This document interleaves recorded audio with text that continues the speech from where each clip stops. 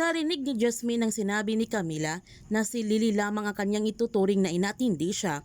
Sobrang nasaktan naman si Jasmine nito. Ipinaalam ni Gio sa kanyang ina na hindi alam ni Mira kung nasaan ngayon si Jasmine. Sinabihan ni Lydia ang kanyang anak na ipagpatuloy lamang niya ang kanyang pakikipagkaibigan kay Mira. Makakakuha rin siya ng impormasyon kung nasaan si Jasmine. Bigla namang sumulpot si Iris at sinabihan niya si Lydia na huwag itong mag-alala.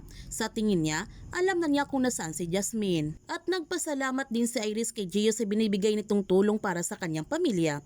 Sisiguraduhin niya na masusuklian ang kanyang katapatan. Humingi naman ng sorry si Lily kay Jasmine. Alam niya na gusto pa niyang makipagbanding kay Camila. Sinabihan ni Jasmine si Lily na huwag itong magsorry sa kanya. Siya nga dapat magsusorry nito dahil sa huling nangyari kay Camila.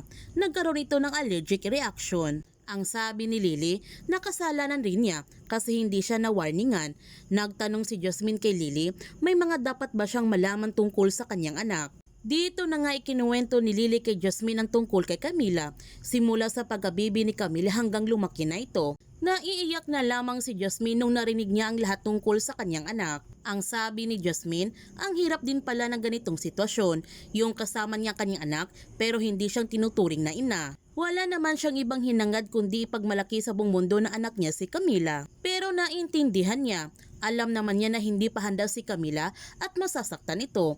Masasaktan rin si Lily. Alam niya ang pakiramdam na mawala ng anak. Sinabihan ni Lily si Jasmine, alam ba niya nung una niyang malaman ang katotohanan, sabi niya talaga sa sarili niya kahit anong mangyari, hindi niya isusuko si Camila.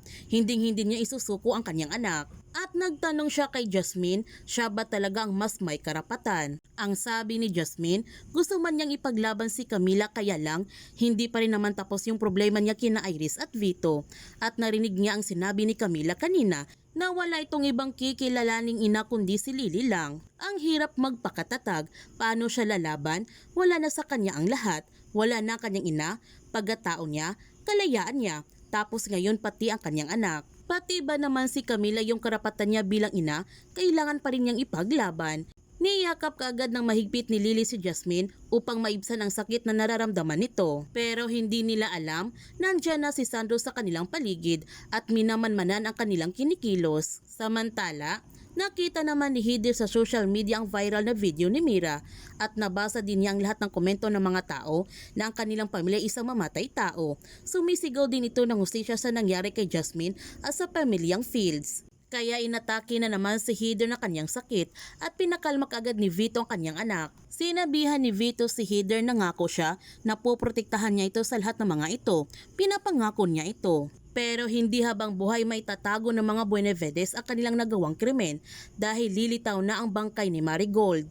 Pinipigilan pa ni Castro na makita ito ng mga media. Ngunit dumating naman si Pascual at sinabihan niya ang mga media na may bangkay dito. Kaya pinagpipisa na ngayon ang kalansay ni Marigold. Ibinalita na sa publiko na may natagpuan na isang kalansay sa properties ng mga Buenavides. Kaya nung nakita ni Vito ang balita, nagdesisyon kagad siya na kailangan nilang ituloy ang kanilang plano na magbakasyon upang hindi ito makita ni Heather. Habang si Sandro nagsinungaling naman siya kay Iris na hindi niya nakita sina Jasmine at Tyrone pati na si Lily at Camila sa mga properties ni Tyrone.